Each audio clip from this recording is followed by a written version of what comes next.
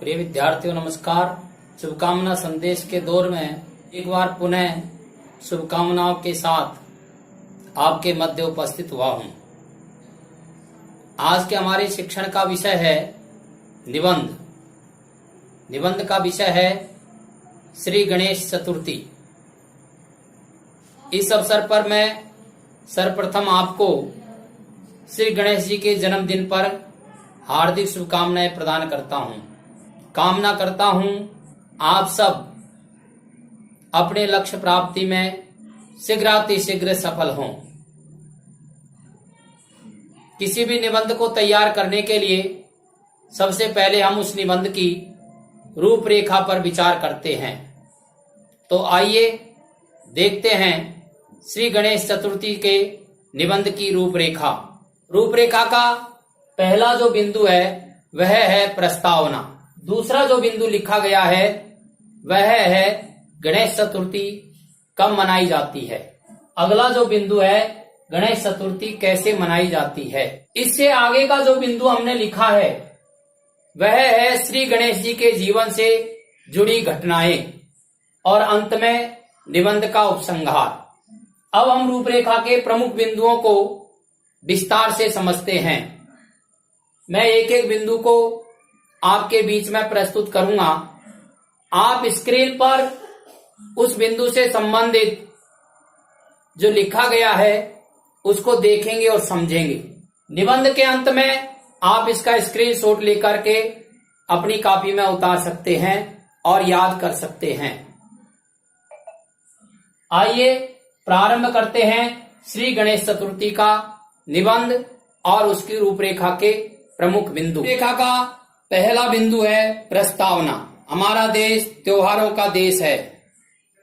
हमने सुना एवं जाना है हमारे यहाँ 33 करोड़ देवी देवताओं ने जन्म लिया है। इन देवी देवताओं में प्रथम आराध्य पूज्य देव माने जाने वाले देव हैं श्री गणेश जी। रूपरेखा का दूसरा बिंदु है गणेश चतुर्थी कब मनाई जाती है। गणेश जी का जन्म भाद्रपद शुक्ल पक्ष की चतुर्थी को हुआ था, इसलिए हर साल इस दिन गणेश चतुर्थी धूमधाम से मनाई जाती है। भगवान गणेश को बुद्धि, समृद्धि और सौभाग्य के देवता के रूप में पूजा जाता है। यह त्योहार पूरे भारत देश में मनाया जाता है, किंतु महाराष्ट्र में विशेष रूप से मनाया जाता है। एक बार भगवान शिव ने गुस्से में अपने पुत्र गणेश का सर काट दिया था, लेकिन फिर एक हाथी के बच्चे का सर उनके धड़ से जोड़ दिया था। इस तरह से गणेश भगवान ने अपना जीवन दोबारा पाया। इस दिन को ही गणेश चतुर्थी के रूप में मनाया जाता है।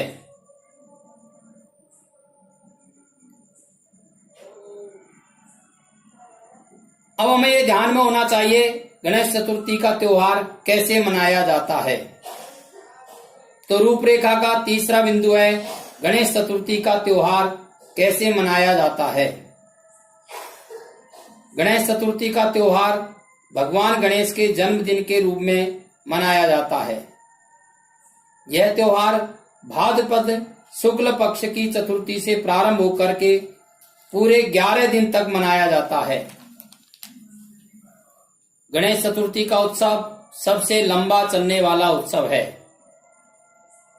गणेश चतुर्थी के दिन लोग अपने घरों में गणेश की मूर्ति बड़ी धूमधाम से ढोल नगाड़े बजाकर लेकर आते हैं। इस दिन से अगले 10 दिनों तक अपने घरों और मंदिरों में गणेश भगवान की पूजा और आराधना करते हैं। गीत गाते हैं, मंत्रोच्चारण करते हैं, आरती करते हैं और गणेश को मोदक का प्रसाद चढ़ाते हैं। मोदक भगवान गणेश का प्रिय भोजन है। अनंत चतुर्दशी के दिन यानी 11वें दिन गणेश विसर्जन के साथ गणेश को विदा कर दिया जाता है। लोग गणेश चतुर्थी का उपवास भी करते हैं।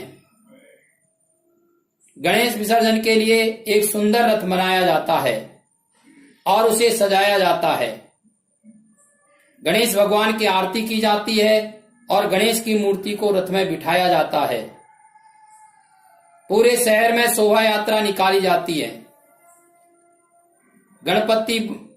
गणपति बप्पा मोरया, मंगल मूर्ति मोरया के नारे लगाए जाते हैं। आखिरी में शहर के किसी तालाब या नदी में या समुद्र में गणेश भगवान की प्रतिमा को विसर्जित कर दिया जाता है। अब रूपरेखा का अगला बिंदु है गणेश जी के जीवन से जुड़ी घटनाएं। यहाँ इस निबंध में गणेश जी के जीवन से जुड़ी प्रमुख 4 घटनाओं का उल्लेख है। उसमें से पहली घटना है जब हुए मां की सेवा में उपस्थित। गणेश जी के जीवन काल से जुड़ी यदि सबसे पहली कोई कथा का मनुष्य स्मरण करता है तो वह है माता पार्वती द्वारा गणेश की रचना। यह बात तब की है जब माता पार्वती को स्नान के लिए जाना था, लेकिन उनके द्वार पर पहरा देने के लिए कोई नहीं था। तभी मां ने अपने तन की मेल से एक बच्चे की रचना की, वो थे गणेश। मां पार्वती ने गणेश को द्वारपाल बनाकर किसी को भी अंदर ना आने का आदेश दिया। कुछ ही क्षणों में वहां भगवान शिव उपस्थित हुए, जिन्हें गणेश ने अंदर जाने के अनुमति नहीं दी। अनेक यत्नों के बाद भी जब गणेश ने भगवान शिव को अंदर ना जाने दिया तो इस बात से अनजान कि गणेश उन्हीं का पुत्र है, शिव क्रोधित हो गए और उन्होंने शस्त्र से गणेश का सिर धड़ से अलग कर दिया। अपने पुत्र गणेश को इस तरह धरती पर कटे हुए धड़ के साथ जब माता ने देखा तो बेहद क्रोधित हो गई और शिव से कहा कि वे गणेश को पहले जैसा जीवित कर दें। तभी शिव ने हाथी का सिर गणेश के शरीर से जोड़ दिया। इस कथा से हमें यह सीख मिलती है कि चाहे कुछ भी हो जाए, हमें अपना काम बिना किसी स्वार्थ व ध्यान को ना भटकाते हुए करना चाहिए। चाहे कोई भी अवस्था हो, हमें अपने से बड़ों द्वारा मिले आदेशों का पूर्ण रूप से पालन करना चाहिए। इनके जीवन से जुड़ी दूसरी घटना है अपने पास जो है उसे ही उपयोगी बनाएं। यह बात तब की है जब मां पार्वती और भगवान शंकर ने अपने दोनों पुत्रों कार्तिक व गणेश की परीक्षा लेने का निर्णय लिया। दोनों ने अपने पुत्रों को दुनिया का 3 बार चक्कर लगाने को कहा और विजेता को इनाम के रूप में सबसे स्वादिष्ट फल देने का वादा किया। यह सुनकर कार्तिक अपने मोर पर बैठकर दुनिया का भ्रमण करने निकल गए, लेकिन दूसरी ओर भगवान गणेश ने अपने माता पिता के ही चारों ओर चक्कर लगाना शुरू कर दिया। जब उनसे इस बात का कारण पूछा तो वे बोले कि उनका संसार स्वयं उनके माता पिता हैं, तो वे समस्त संसार का भ्रमण क्यों करें।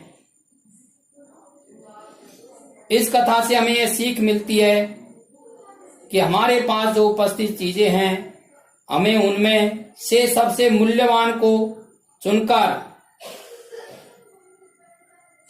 उसे उपयोगी बनाना चाहिए,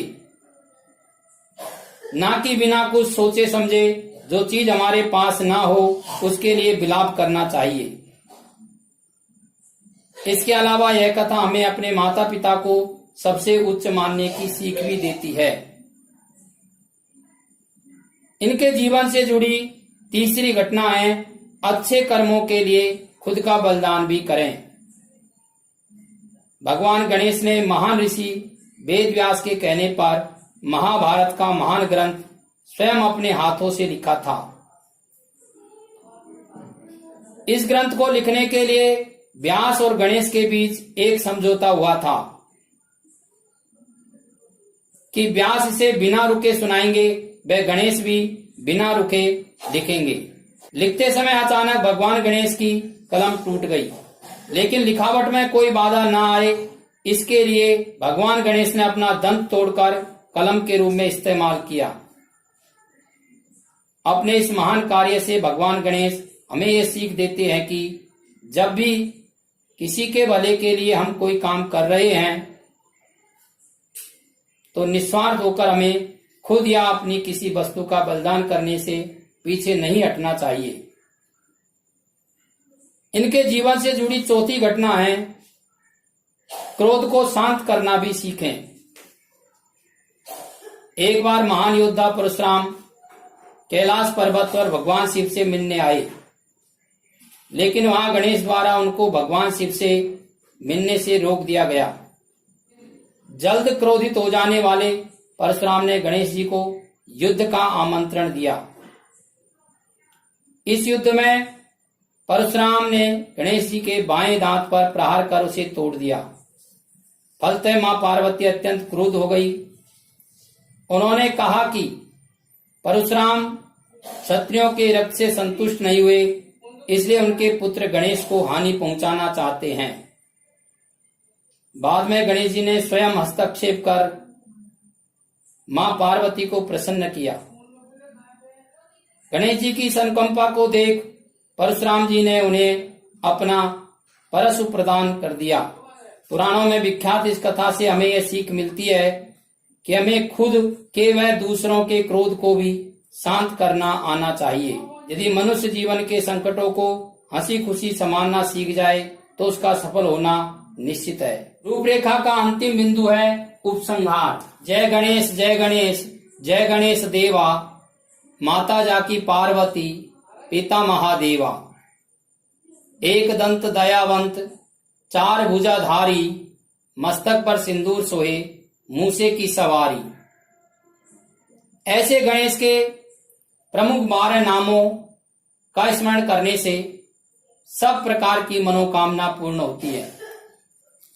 गणेश के 12 नाम हैं सुमुख, एकदंत, कपिल, गजकर्ण, लंबोदर, विकट, विघ्न विनाशक, विनायक, धूमकेतु, गणाध्यक्ष, भालचंद्र, गजानन। आशा ही नहीं अपितु पूर्ण विश्वास है आप सभी नियमित गणेश आराधना से अपना कार्य प्रारंभ करेंगे तथा गणेश जी का आशीर्वाद प्राप्त कर जीवन को सफल बनाएंगे। एक बार पुनः आप सबको गणेश चतुर्थी के हार्दिक शुभकामनाएं। अब इस निबंध को समझने के लिए कम से कम 2 बार आप इस वीडियो को सुने और शिक्षण के वीडियो आपके पास पहुंचते रहे, इसके लिए इसे सब्सक्राइब करें। धन्यवाद।